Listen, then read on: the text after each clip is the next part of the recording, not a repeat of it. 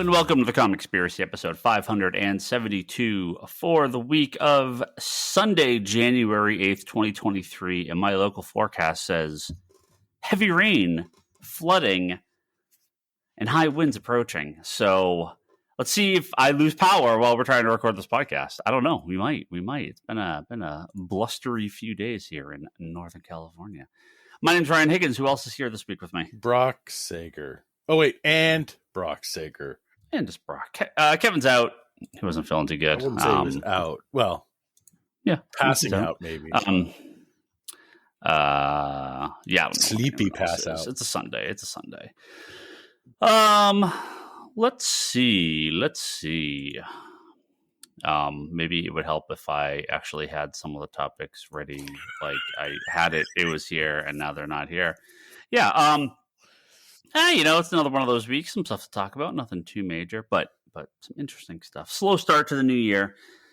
We are supposed to get James Gunn's big 10-year plan or whatever this month, so that should be exciting when that happens. I'm sure it'll drop in the morning after we've recorded, but before I've posted the podcast. And it will be called 5G. That's usually that's usually how this works. That's usually how this works, is that they right after we record, they whatever the big the big announcement is going to happen tomorrow. Yeah, of course, that's what happens. Well, related. We got some comic news from this past week. It is worth noting, since I just mentioned James Gunn and DC Studios and Warner Brothers and everything like that, is that it pretty much it's over. The cuts, the cancellations, everything. This was comments from multiple people at the heads of Warner Brothers and Warner Discovery, is that they are pretty much done with cost-cutting measures and layoffs, and now they are the accountants are happy with the numbers because the numbers will satisfy Discovery's board. Amazing. I don't know. This is I got a Variety here. Had a article about it, and the Warner Media's CFO Gunnar Wendenfels. Yeah, it looks right. Let's see. It's Gunnar, James Gunn. We're gonna get another They're real big in the guns. Says we took a little bit of time to make sure that we did it properly, meaning the cuts and everything. For some of the titles, we found new homes elsewhere. That's why it took 6 or 7 months, but I think we've come to great solutions. And most importantly, we're done with that chapter. That was very important to all of us to really use 2022 to leave the purchase accounting behind us, leave those initial strategy changes behind us, get it all out there in terms of our restructuring estimates, and be able to turn the page forward. The team has laid a great foundation. I'm really excited about the growth from here. So hopefully good news. Hopefully we're going forward, which means most important to this podcast and to myself and I assume a good number of our listeners, DC Comics was left completely alone in this. That was surprising. No layoffs. Well, as I've heard from people within DC, there wasn't much to cut. They couldn't really do much. So because they cut 4 years ago. Yeah, it was during the AT&T. Yeah, the AT&T like 2018-ish. I want to say. They had some pretty heavy cuts. To big parts of DC Comics. Obviously, DC. I'm bitter about that. DC Direct. Thing. Yeah. Closed. Yep. As part of the pandemic. The graphic novel department and other departments. I don't really know the more specifics of, but I know the graphic novel department got cut pretty heavy.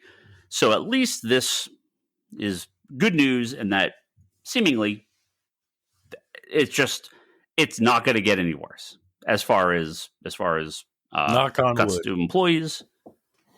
But yeah. I mean, who knows? Who knows what's going to happen tomorrow? They could sell DC tomorrow. That's the big news. They're selling DC tomorrow. I mean, it's not going to happen. But of course, right? They can do whatever. Who knows? But for now, Warner Discovery seems to be in a good place. They got all their merger stuff, and DC Comics remained completely unaffected as far as I can tell, and as far as anyone's been able to tell. Nothing public, at least. I'm sure employees have moved around. Things happen, right? But nothing from the upper management hit DC Comics, which is great. Because DC had a pretty decent 2022. We're having some exporting problems getting the merged lists of comics together. I may actually just end up sitting down and doing it manually, which is going to take a long time. But our DC sales were a little bit lower in 2022 than they were 2021 and 2020 and not 2019. They're higher than 2019. But that was, you have to remember 3 Jokers 2020 and 2021. Like that's 3 Jokers. That's Detective 1027. Yeah, that's was in there. There was just massive death metal, massive purchasing coming out of post the COVID lockdown and everything like that. So, and when I'm talking down, I'm talking a couple percent. I'm not talking like, we lost 50% of our sales. Oh no, that couple percent. You know what that means? Somebody's going to run another article. Industry's dying. Blah blah blah blah. Piss off all our stockholders. Huh? But yeah. So you lost those Snyderverse people. Yeah. But yeah, it's good. It's good. Yeah.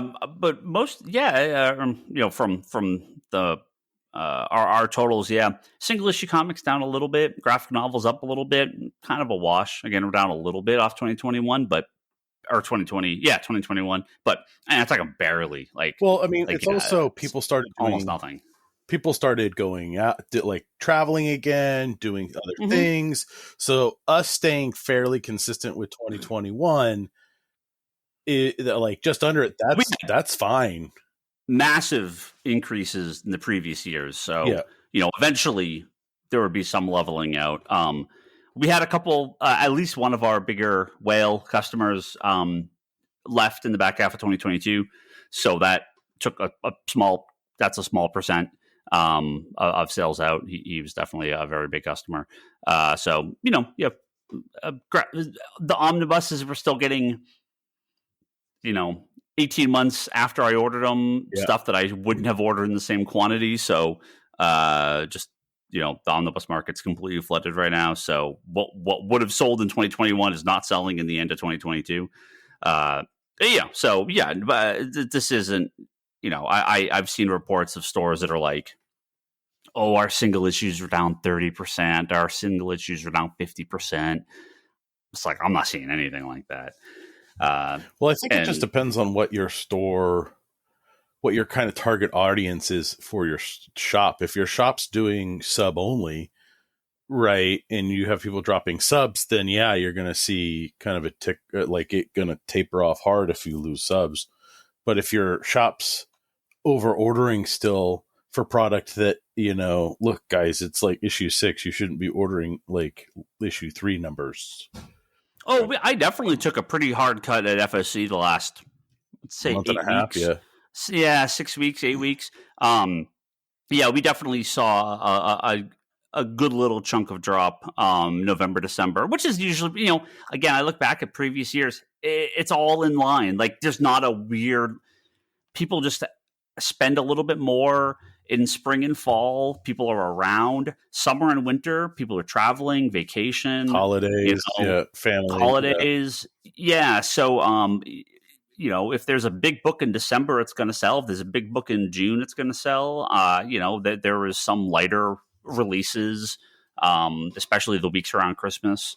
The last 2 weeks have been pretty small, all things considered. It's just, the market of how new releases work. So I didn't mean it's totally off topic here, but it is funny that stuff like manga is like just a non-factor in our store. We sell so little of it comparatively to other places. Kids books. Look, I'm not going to not carry them. Sure, we sell them. It brings people into the store, but 2 Wednesdays outsells an entire years of manga sales for us, right? And there's other shops where they're like, oh, the weekends are our best sellers, Saturday is the bestseller, and it's not new releases, it's not new comics, and we're just not that shop at all. It's single issues, new releases is still the vast majority of our sales. What's that? Were toys up this year? Toys have been up the last couple of years because we're actually getting them now. But again, we don't carry a ton. They're not a non-factor. They're a small percent of the store's overall sales, but they bring in that. Just like the kids' books, unlike manga, they bring in a different audience. But definitely because we've had more of the Marvel Legends, because we only carry, for customers that haven't been in the shop, we really only carry Marvel Legends and the DC. And some of the McFarlane line, not everything. Yeah. And we'll a couple statues, a couple, but it's just, I really don't go, I don't really go out of the Marvel DC space. Just because that's what, it's... we have a small section of like manga figures, but again, very, very small.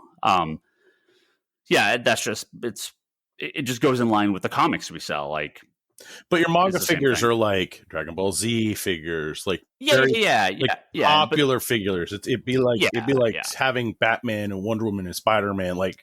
And they're not the figures that you're going to find at the other shops either. That's why years ago Charlie recommended we carry them. They're called Ben Presto. He said they're real high quality and they're priced about the same as action figures, but they're more like a little statue. And I find they sell pretty well because they're not the same figure that you're going to be able to go over to Target and they'll have clearance at a third of what our cost is, right? These are not the figures that they carry. These are something different. These are cheap import figures. So they sell really well for us. Well, again, they don't sell really well. They sell well enough that are worth carrying because it's something a little unique. But yeah, they going back to DC. I'm very happy that there was no major layoffs or concerns. I was definitely a fear that DC would be completely gutted. That they're gonna stop publishing comics.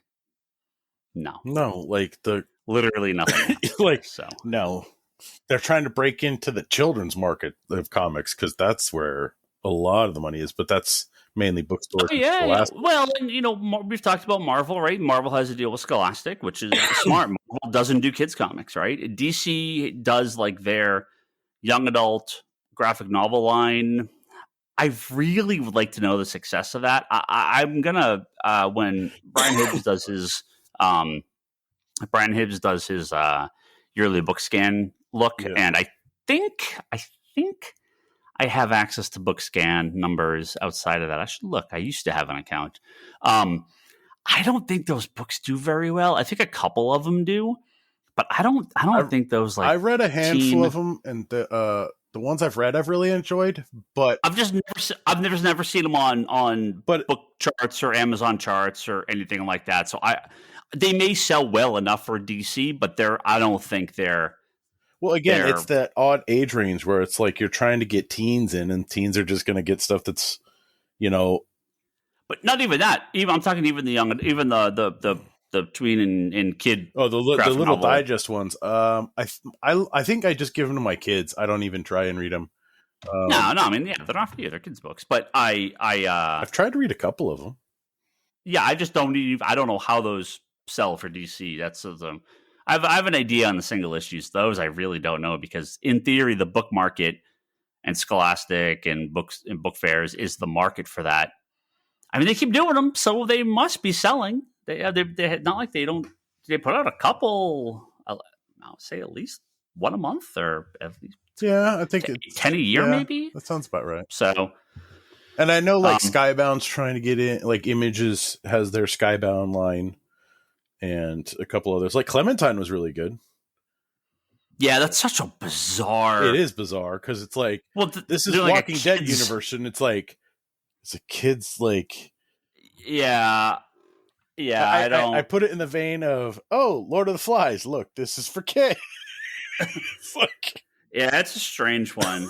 I don't know how many people know. They're like, this is a Walking Dead book, but whatever. I mean, whatever.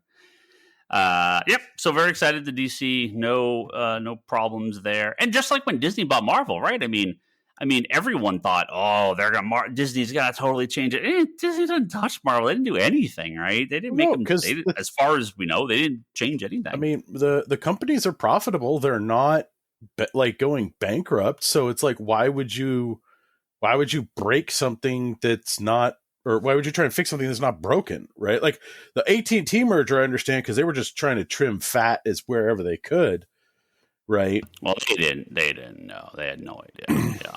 But, yeah, this going in now, it's like, yeah, come on. If you pay attention, you'll know what's going on. Yeah. What else we got?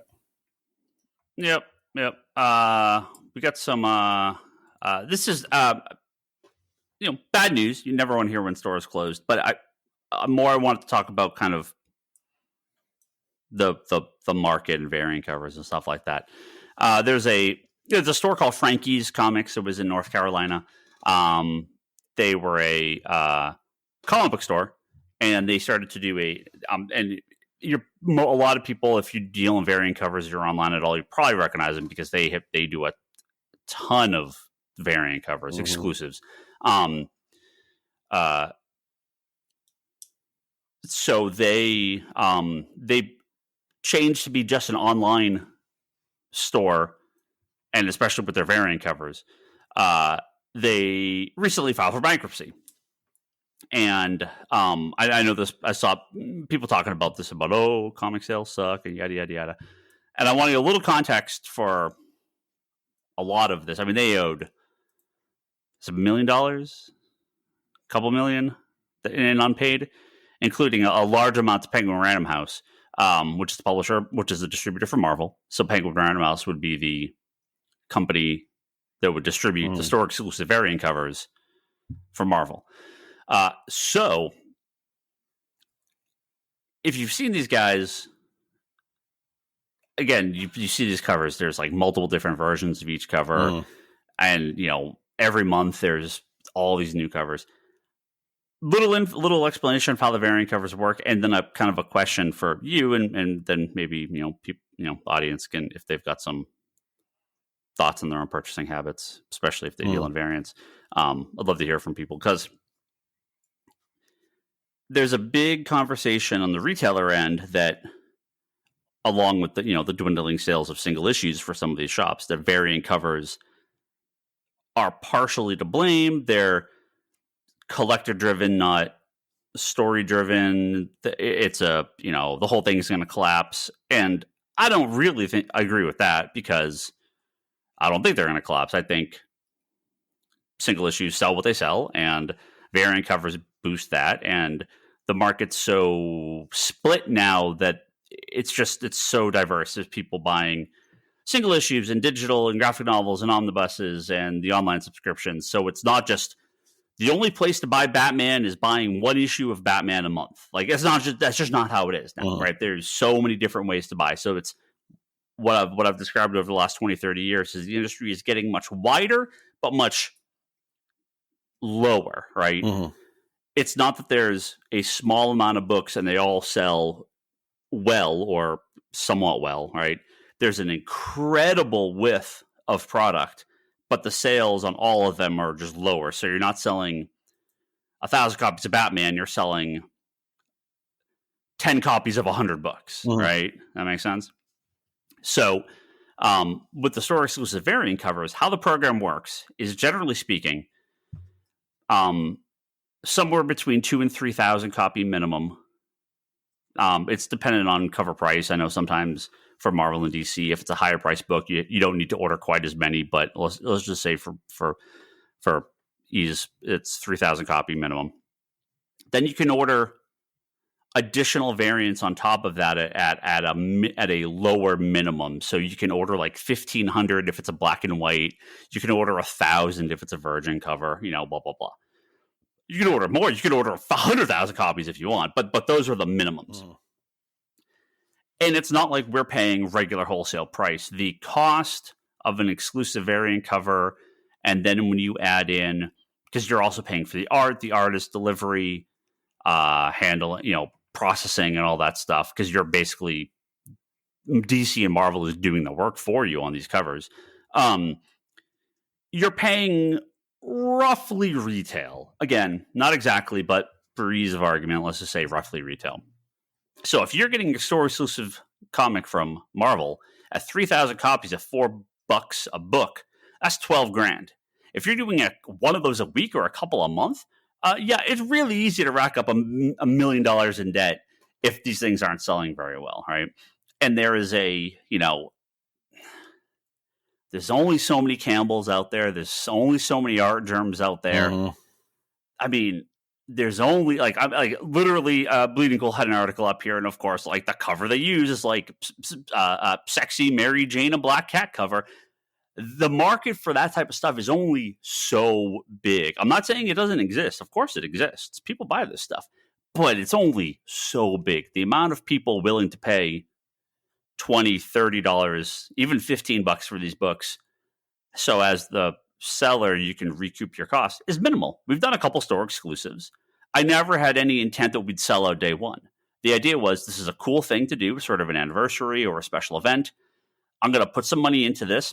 We'll have this book forever. We'll sell them as time goes on, right?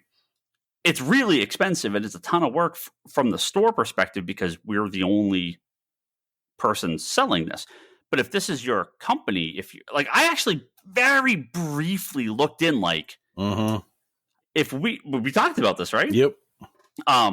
This was like 2020, 2021, it was like late 2020, early 2021, I think.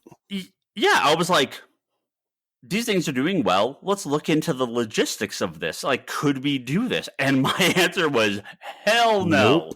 Like, people like the exclusive covers, but again, the market is only so big. There's so many people out there. I'm on their website right now, and I'm 9 pages deep into like what they have, and it's like the amount of store exclusive variant covers that they have on here is just disgusting. Yeah, hundreds, thousands maybe.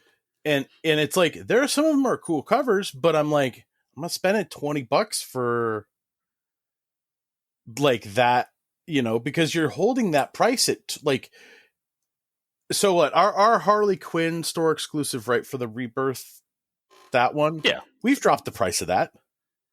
Yeah, it's like what, $9.99 or it was at $9.99 or something, and now it's like $7.99. Yeah, so well, with that, it's like, we just sell them occasionally, and people come into the store, and it's cool because it's like a little add-on bonus thing at the store. It's not here's a whole market, right? Yeah. So when people come in, they're like, oh, you have a Walking Dead comic with your name on it. That's super cool. It's like, it's and again, it's just a one-off thing. We've done 5, 6 of these maybe through the years. So every couple of years we'll do one. But if I was doing 5 a month, holy fucking hell, it's so much money sunk into this stuff. And think about it again, if you're doing these, you're probably doing every con in your area. You're going out to shows. You're trying to get these in front of people. You've got CGC copies. You're probably. I'm sure these guys got. That's even. I'm sure more. These guys. Yeah, I'm sure these guys got copies graded on eBay. I'm sure they've got extra. It's like, and again, you're talking about multiple variants on top of that. So, and I get it, but in a market where the variant covers of cover price stuff is being just being flooded, the exclusives are. They did a out of control. Jitsu #1 3D cover from Aftershock. Wow. And that's what I mean, right? There's only so much of a market out there. So as an add-on, sure. Yeah. As your whole market, I don't know. It's got, you're competing against Mark Brooks, and you're competing against Campbell and these guys that do it themselves, their own store, right? These are the artists selling directly to customers, and you're trying to compete on top of that. It's just too much. I like them. They're cool. It's cool to do occasionally as part of your business, but it's just not. It just can't be your whole thing. There just isn't enough. I just don't think there's enough money in it. So I feel bad for these guys. But it is a warning to everyone out there that if this is their like, oh yeah, let's just do all these variant covers. Boy, be careful. Be careful. Because every time you miss, you're never recouping that money, right? Mhm. Every time you miss, you're not going to get that money back. If I get a couple extra copies of whatever, some random book, it's no big deal. It's what is it? A couple bucks, $100, couple $100 maybe, maybe $1,000. I mean, you're talking consistently 12, 15 grand over and over and over and over and over again, and it's lower for the indies, right? So Image and Archie and all these other companies that do it, yeah, the numbers are nowhere near. You don't have to order as many. They're lower risk, but also lower interest, right? Yeah. You're not going to sell 3,000 copies of an Aftershock store exclusive cover. I think almost regardless of who it is and what it is, right? It's the amount of people out there for that is very few comparatively to Marvel or DC. So yeah, yep. I always found this interesting, but I don't want to see stores go out of business or anything like that. But just it is a warning to people out there that want to try to make exclusives a bigger part of their business, or they have Year of the Villains like variant covers on here. Wow. Yeah, I'm sure they got fucking shitloads of them. In cool comic news, I like this. This was big last week. It was all over social media. An unknown at the time. We later found out that it was former. He was the mayor of Long Beach, I believe, and now he's Representative of Southern California Robert Garcia had checked out a copy of Superman #1 as checked it out directly from the Library of Congress to use to be sworn in to the House of Representatives. They have like a Bible you put your hand on, but they have like other items like that people will have with it, and yeah, so you can just. I mean, the Library of Congress. The Library of Congress has not. I don't think they have every. They don't have every comic. They have the largest comic book collection, at least in America.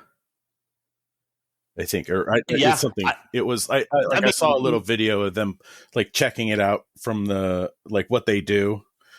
They may have the largest number of individual titles or something like that, because I'm not sure exactly how comics are sent to the Library of Congress. I assume not every company sends every issue every month to the Library of Congress, but they are able to. They have tons and tons and tons of old comics as part of their national library. But it's really cool. It's really cool that he had this and as part of it, and he just check out a copy of Superman #1. That's pretty fucking great. Why no Action Comics? Why didn't he grab Action #1? They don't have it. Did they not have Action Comics 1? No, they don't. Oh, really? Oh, okay. Interesting. Yeah, they have Sensational Comics #1, which is the first Wonder Woman cover appearance. And then they had, I think, Amazing Fantasy 15. They have an Amazing Fantasy 15. But yeah, he's actually been on social media when you were not on Twitter, super excited that he's going to be able to check stuff out from the Library of Congress, and what should he check out first and read and look and stuff. So it's really cool to see just the excitement and kind of publicity that he's bringing to the Library of Congress and what they have and all that stuff. So that's cool. Yeah, maybe we should get him on. We're California boys. Want to come be on our California Boy podcast? Get your secret origin. Some movie and TV stuff. I'll get out of here. Stan Lee, his 100th birthday was while we were on break. It was Wednesday, 2 weeks ago, December 28th. Yeah, so 2 weeks ago. And DC Comics, well, they put out a as much of a tribute as they possibly could to Stan Lee, because the only thing he did for them was the Stan Lee, Just Imagine Stan Lee line. So they did an anniversary book where all new creators took those characters and did stuff with them. Marvel did Bupkis, but Disney Plus, they had something in the books. Oh, there was like they had a little Stan Lee, like page, little one page. and I'm like, really, really, Yeah. his 100th birthday. Like, how do you shit the bed so bad on that? Like, you could have had who knows? You could have had somebody who had been curating a bunch of his like the letters to Stan, like that he answered, like to Stan mail, and done like just an anthology or just a collection of a lot of the really good ones, right?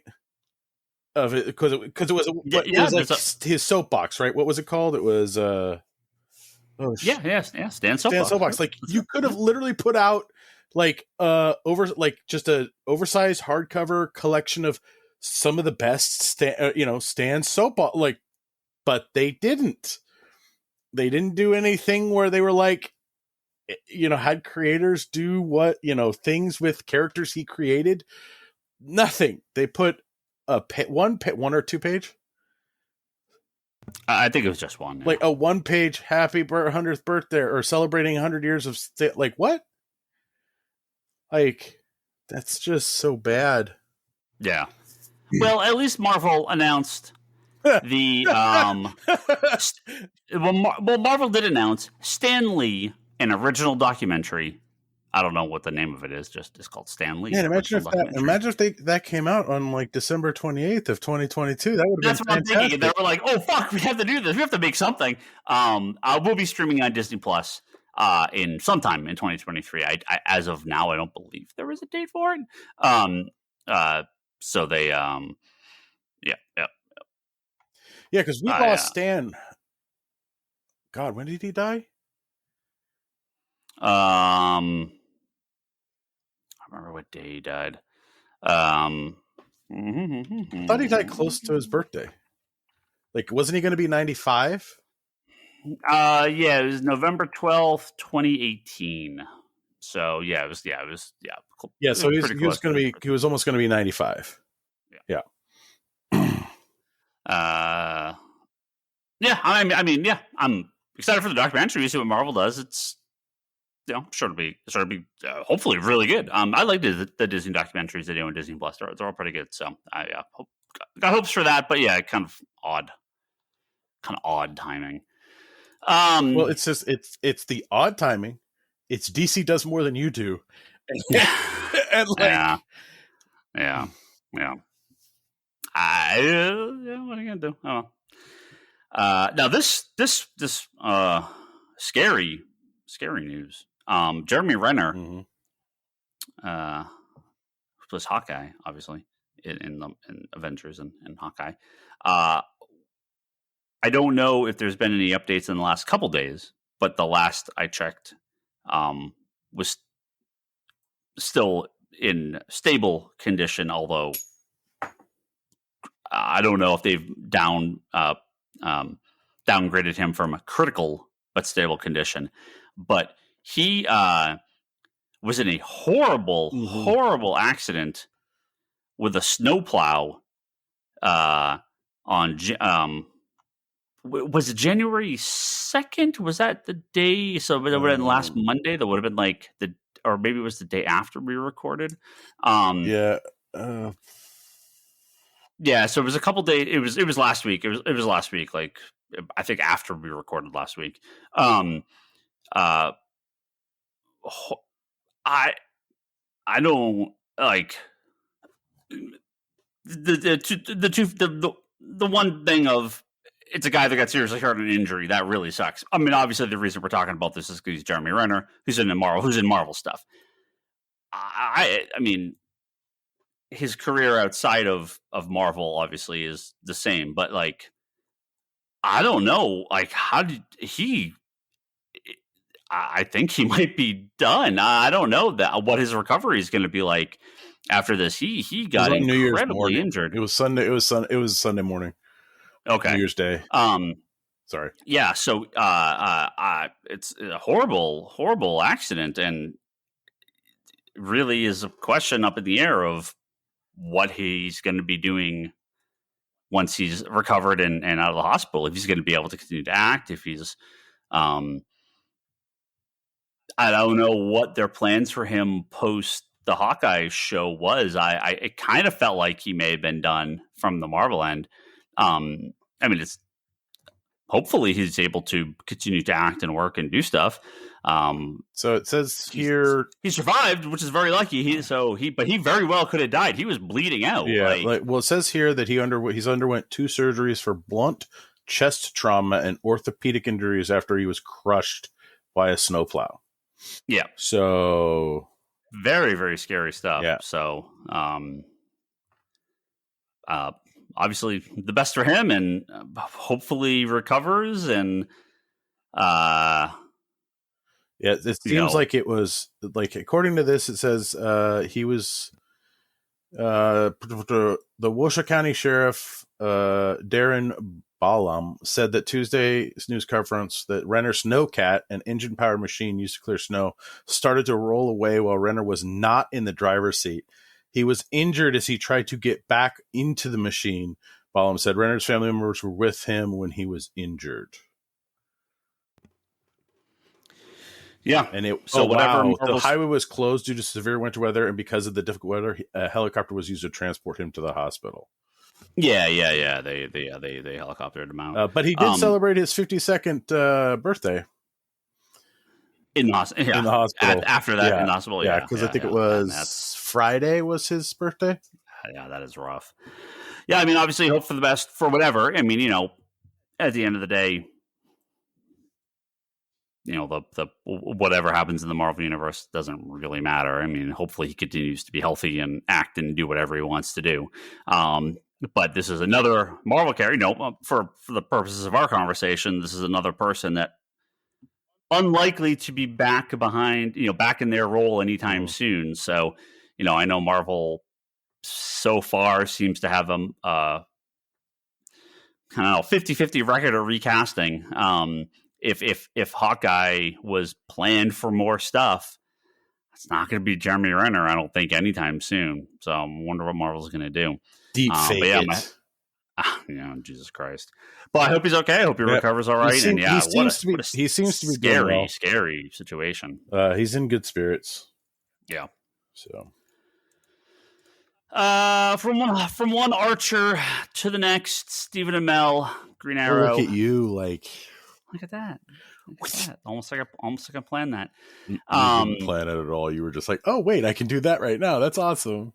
Will be returning for, I believe, just one episode. So just so you know, I will not be returning to watch any of the final season. You're not going to watch the final season of Flash? No, man. I've been out. The end? I'm like, I'm out. I'm done. Like, I couldn't finish Batwoman. I couldn't finish Legends. I'm like, I'm not going to. I didn't even start Superman and Lois. Oh, Superman and Lois is fantastic. I know, but I just never watched it. 13 episodes. That's all you got to watch. The end of the Arrowverse. No, I'm good. Stephen Amell will be back. Flash episode 9. I don't know what they're going to do, right? I mean, he's the Spectre. I'm assuming he's going to still be the Spectre. I don't think he's coming back as Green Arrow. I mean, maybe he'll look like, Green Arrow probably one more time in the suit, but they'll, I assume they'll just have him, come in. Question: whatever Barry's doing? Does this make you excited? I'm excited for the final season. Why? Because then the torture will be over. A little bit of that. But they can't fuck it up. They know it's the last. It up, man. Like, they know it's the last season. They've been fucking it up for like how many seasons? They're gonna bring in everyone. Like, no, they're that's not all I bringing in care everyone. about. Some of them, oh, they will. They will. They won't. Some people are fucking racist assholes. They're not gonna. Well, they're not bringing everybody in. They're gonna bring in a lot of people. I really hope Melissa Benoist comes back for an episode. They're gonna bring back everyone. This is it. This is the end. They're not gonna bring him back. They won't bring Elastic Man back. Oh, yeah, Elongated Man. Yeah, no, sorry, yeah. Who knows? Maybe, but deep fake. Yep, excited to see Stephen Amell back one last time. End of the Arrowverse coming. Flash 13 episodes starts pretty soon. February 8th. Nah, I Wrap don't up. care. Pretty quick. I'm out. It's okay. And our final story. Again, I told you, very nice, tight, short podcast. Kevin's so jealous he's missing this podcast. I mean, one of our shortest ever. He's sleeping. He's enjoying his sleep more than he's moving. Yeah, he is.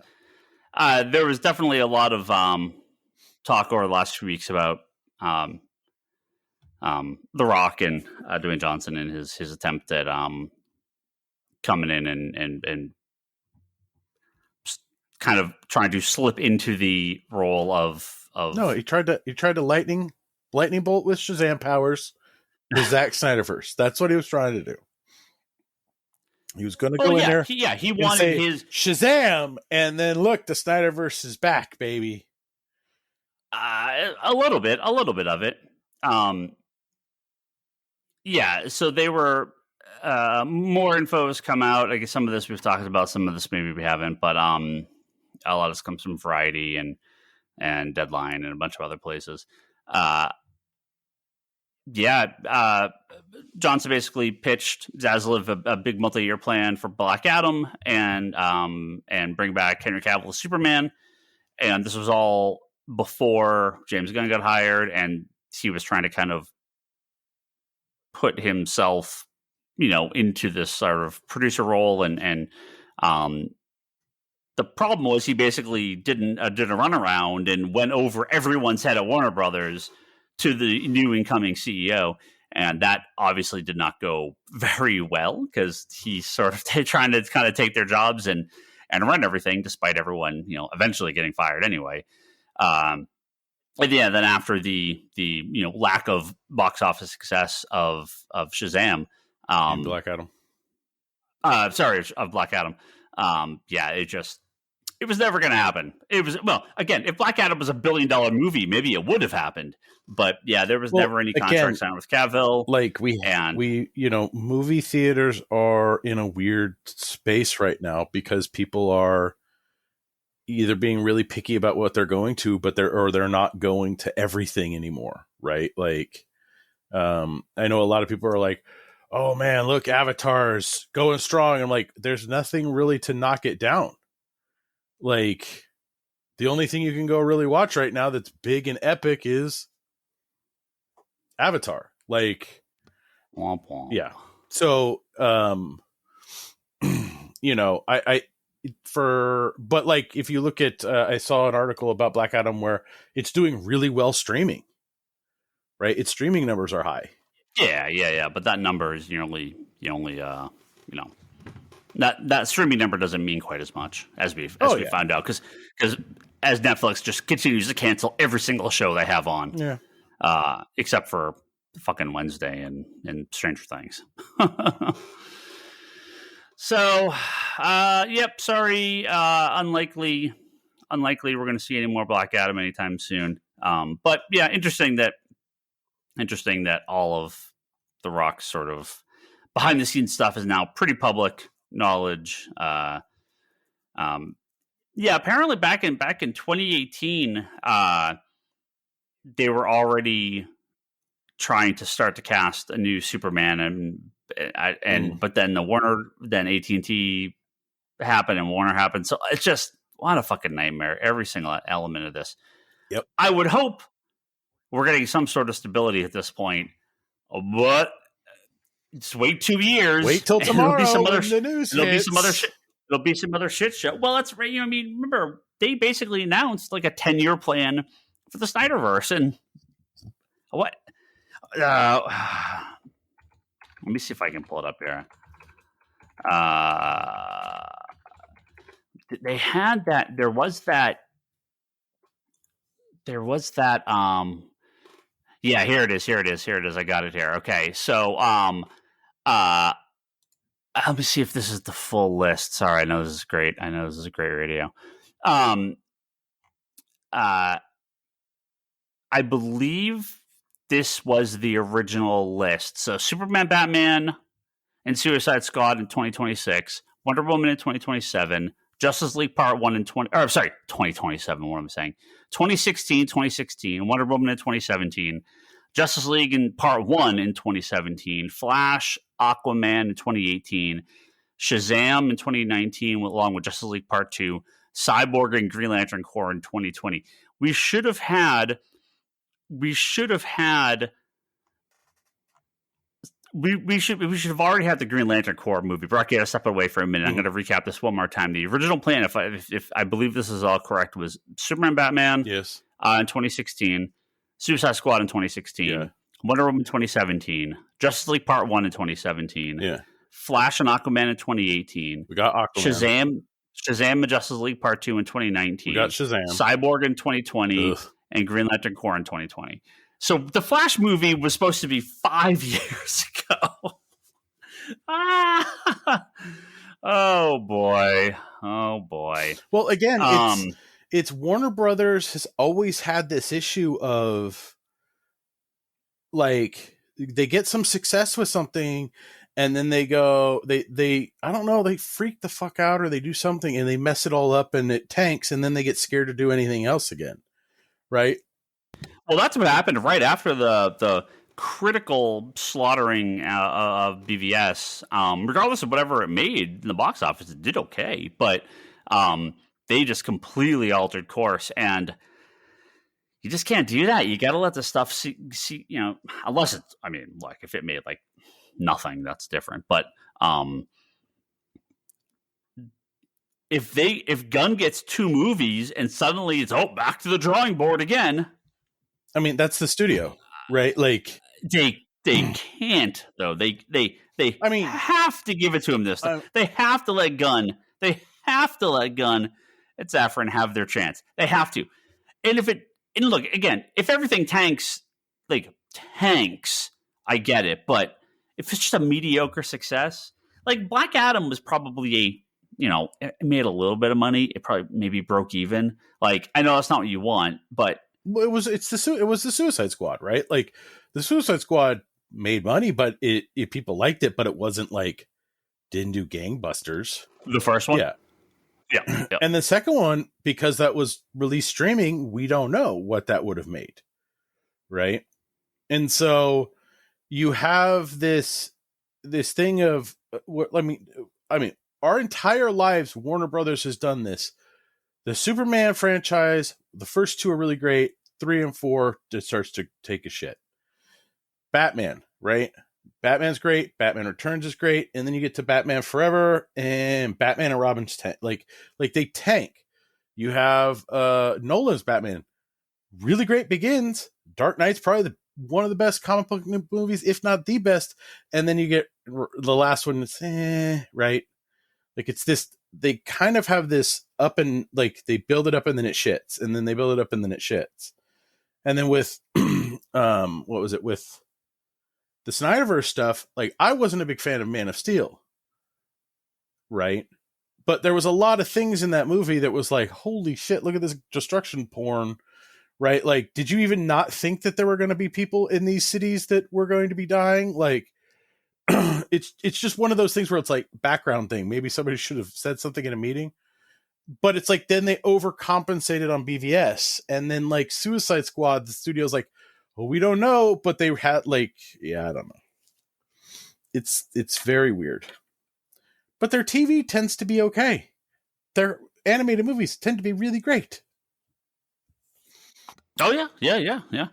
No, I don't know what they're. I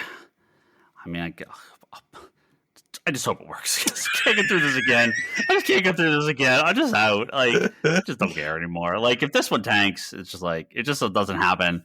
If they make one movie and then it gets canceled, it's like, all right, just we give up. You're never gonna make this. Well, work. then you have those anomalies, right? You have the Batman and Joker, like. Yeah. Well, that's what it will probably be. That's what we'll probably start seeing is like they're like, fuck it, we just can't do this. We're just gonna make a bunch of one-offs, like because that's the only thing people will watch, which may be the case. Yeah, may not make sense to keep doing this sort of stuff. Frustrating, maybe potentially frustrating. Maybe we'll be sitting here in a couple of years and we'll all be like, oh my god, can you imagine the Gunverse is like the greatest thing of all time? Look at these movies. higher grossing than Avatar. I can't believe it. They finally got Avengers versus JLA 2039. It was even higher grossing than Avatar 17. I just don't understand the Avatar thing. I just don't like my hatred or people. No, watching I understand your hatred. It's horrible. Okay, good. Like good, it's so bad. I just don't understand how people can watch it. Can watch I mean, I guess when it's really your tell you, I had higher hopes for humanity, and I clearly have once again gotten it wrong, and I thought humans were, had taste. And oh no, they're coming out of a pandemic. They'll try anything. Like I guess it was my mistake. After 2018, I should after 2016, I should never trust humanity again. Let's just say that, okay? No. After 2016, just always assume humans will make the wrong choice every time. And the wrong choice, of course, is seeing Avatar 2 and 3 and 4 and 5 and 1, really. They've been greenlit, man. They're ready to... You do realize it's the mouse that's making money off this now, right? I never want to talk about Avatar again. Like, I will never talk about it again. Like, my hope was 2 would completely bomb and kill it. Now that it's just going to be a thing, I'll never need to mention it again. Like, I'm just done. Like, I don't want to talk about it anymore. It's like, all right, well, it's like 18 Fast and Furious movies. I mean, I don't dislike Fast and Furious. I just don't care about it in any way, shape, or form. It's it doesn't exist in my world. So but the thing is, like, I don't think Fast and Furious is inherently bad. I think I don't hate it. I would never watch it. And Avatar, I had hoped that people would realize, but they didn't. So, all right, well, have fun with that, humanity. I will not be watching. Maybe it has to do with like at least in America, their enjoyment of guns. Maybe that's what Avatar is. Avatar's like the gun, like a gun. It seems big in France. That seems very strange. Yeah, it's a blue. It's a weird. I don't know. That's it. That's all I got. That's all you got? That's fine. It's all good. Yeah. Let's get out of here. Sunday night. Again, the rain keeps saying it's coming. It hasn't. So it's raining here. It's is it? Yeah, it's just not like heavy. Yeah, it's not started raining here yet. So maybe soon. Thank you for listening to this wonderful podcast, The Comic Conspiracy. We'll be back next week. And thank you to our high-tier Patreon backers, Joe Duff, Kelsey May, Craig Anderson at ClearPathCoaches.com, Jimmy Rivera at the Social Forum Podcast, and Talon Bray. Thank you, guys. Thank you, everyone else at patreon.com/Comic Conspiracy. Yes, thank everybody. Another year of this. Here we go. Head over. You ready for this? This is year 12. We're turning 12 in March, baby. Well, yeah, we're coming up on our 12th anniversary of the podcast. ComicConspiracyPodcast.com is where you can find all our previous episodes if you missed one. And, of course, Apple Podcast and your favorite podcast player should have it as well. Patreon.com/Comic Conspiracy is where you can go to kick us a couple bucks. We appreciate all the support every month.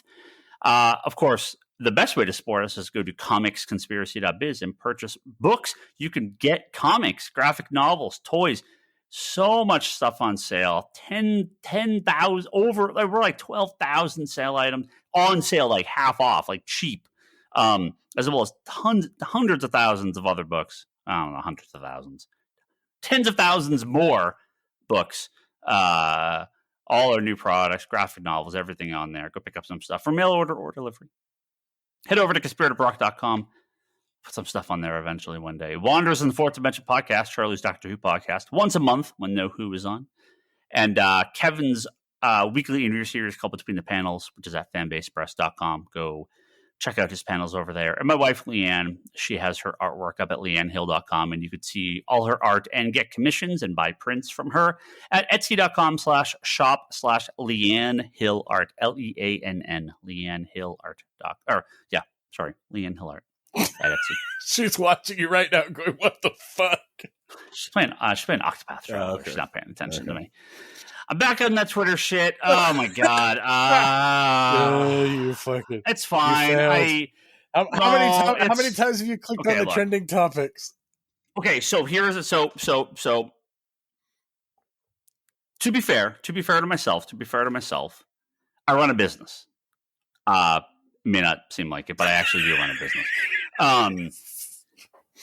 I do have to use social media to promote my business. Yes. This is part of the world. We're selling comic books. We might not be selling all exclusive covers all the time, but we do sell comics. I draw the line at TikTok. Okay. And I literally don't understand Snapchat. I tried to use it a couple times. I literally do not understand it. I don't even know if people use it anymore. No, I don't think they don't do. Twitter, Facebook, Instagram. Even the Instagram, we're on there. In the ass. What's that? Even Instagram can be a pain in the ass. Oh, Instagram sucks. Instagram's fucking horrible. Yeah, Instagram's totally worthless. I never use it. I mean, I use it for the store, but I don't use it myself. I made 2 reels this year. Yeah, I don't use Instagram at all. So if you're going to be on Twitter like me, here's what you do: ad block, right? So Elon Musk gets no money. You block Elon Musk, you mute him, and then you mute the words Elon and Musk, and so you never have to hear about him. And you also block at Elon Musk, so you never see anyone tweeting at him. It's great. Like, I don't know this guy exists anymore. He doesn't exist on my Twitter. You can block other great words too, like Trump or Kanye. Like, there's all sorts of great words you could just block. Avatar. Right, you could Jude Terror. You could just block all these things. It's incredible. You never have to see these people on Twitter. You never have to hear about them. You just block everyone. Any asshole that messages me, I'm just like block, block. Just any dumb shit reply, block. Like, so how have you not blocked me? You're not bad. You don't do anything. Someone retweets way too much, turn off their retweets. I don't want to see that. Block, mute. Like, it's great. I'm just blocking everything. Like, I'm gonna. The rare cases I'm on the mobile app, ad, block account, every ad, block. So that's really cool, right? It's great. It's wonderful. You can just. Well, the sad part is when you do that on the mobile app's going off of what, like, you've been, like, you constantly are on. So you're blocking Disney and Warner Brothers and, like, I know people start to see some, like, weirdo stuff because you start getting to the really odd promoted stuff. So I'm not there yet. Yeah, but the ad block's a big one. The ad block is a big one, so that's helpful because I'm on the desktop usually. But no. And my goal for myself is to never click the trending tabs. Never read trending tabs. It's like reading replies. It's like reading, just don't. So every time I click on it, I close Twitter. And I do something else. If I click on it accidentally, I just go fuck and I close Twitter because my muscle memory just wants to click around the site, right? Yeah, exactly. So if I click on trending topics, oh fuck, close Twitter, do something else. So it's working okay so far. That's all I'm using Twitter. You've gotten a lot of back issues out lately. I think I put out like 300 issues of Green Lantern on Saturday. It was great. I know, but I am at Ryan Higgins Ryan, and unless you're a fucking asshole, or even a mild asshole, like I'm not going to block you. Brock is Brock Sager, Toby is Toby XI, Charlie is Insanity and Chaos, Kevin is at Kevin Sharp, and the store is Comics Con Store. Please follow us all. We were off Geekbox for Christmas, but we'll be back this upcoming week. Is it the Geekboxies or whatever? No, because Justin's gone. Justin's on vacation for a couple of weeks. I don't think he's going to be on. Ryan's going to get the whole crew on for that. And all it'll be is Ryan talking about Halloween and this, whatever the other 2 games, like the one game he played over the year or something like that. Halloween, the movie? Sure, that's all he ever talks about. There's a new Halloween movie. He hated it, but it'll also be his favorite thing of the year because it's like the only thing he watched. And our good friends at Michael Machinations. Or he watched Avatar and he doesn't want to say anything. No. Ryan has terrible taste, but he doesn't have that bad of taste, okay? Yeah, most of my friend group is good. I don't know many people have seen Avatar, so I'm very proud of my friends. Kevin saw it. He didn't see it, but he didn't pay for it. So, I'll allow that. And Kevin's a little bit different animal. He's a movie guy. But even he said he's done. He's I don't need a third. I don't know. Maybe he'll break when the third one comes, but we'll see. Well, I think his specific comment was the last 45 minutes is really great, and so when people leave the theater, I don't believe it. I don't believe it. No, it's not. It's not really great. I'll tell you right now, it's not really great. It's fucking trash. The last 45 minutes is trash. The first 3 hours is trash. Like, it's all trash. It's all trash, start to finish. First frame to last frame, all trash. So man. Kevin's wrong. It's not. He's wrong. It's trash. Anyway, I don't want to talk about Avatar anymore. We're gonna go. Actually, maybe I'll talk about Avatar for like 15 more seconds so I can make this let's make it exactly 1 hour. Let's give him 1 hour. Let's get to that triple digit. Oh, yeah. Triple digit. Yeah, we can Here do we it. go. Well, with the music, it's already over. It's already over an hour. Good. But I figure we'll get my voice to 3, and here we go.